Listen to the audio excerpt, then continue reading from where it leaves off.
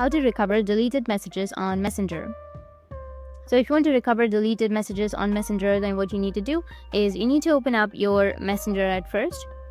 Make sure that you've signed into your account. Now look at the top left of your screen or the bottom right of your screen, which has the menu button. You need to tap on menu. After tapping on your menu, you need to tap on archive and go with your archive chats. Here you will have all of your deleted messages or the groups that you've left.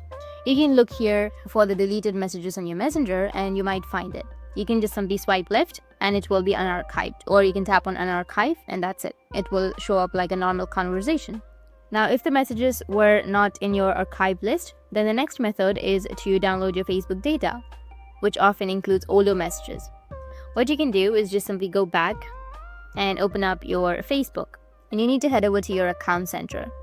So once you open up your Facebook, go with the top right, which has that 3 horizontal lines, scroll down, go with settings and privacy and tap on settings.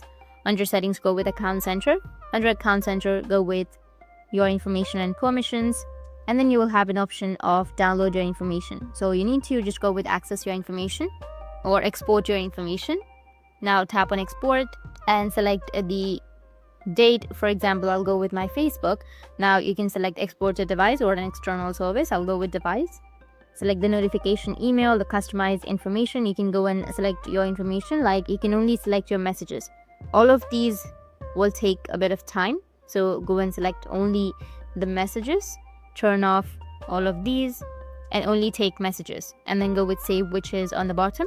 After that, go with your format, your date range. You can select last year, last week, last month, or you can also customize it and then go with save, which is on the bottom, and then start the export. And within a few hours, you will have your data ready to download. That's it, and if you have any questions, feel free to comment below. Thanks for watching.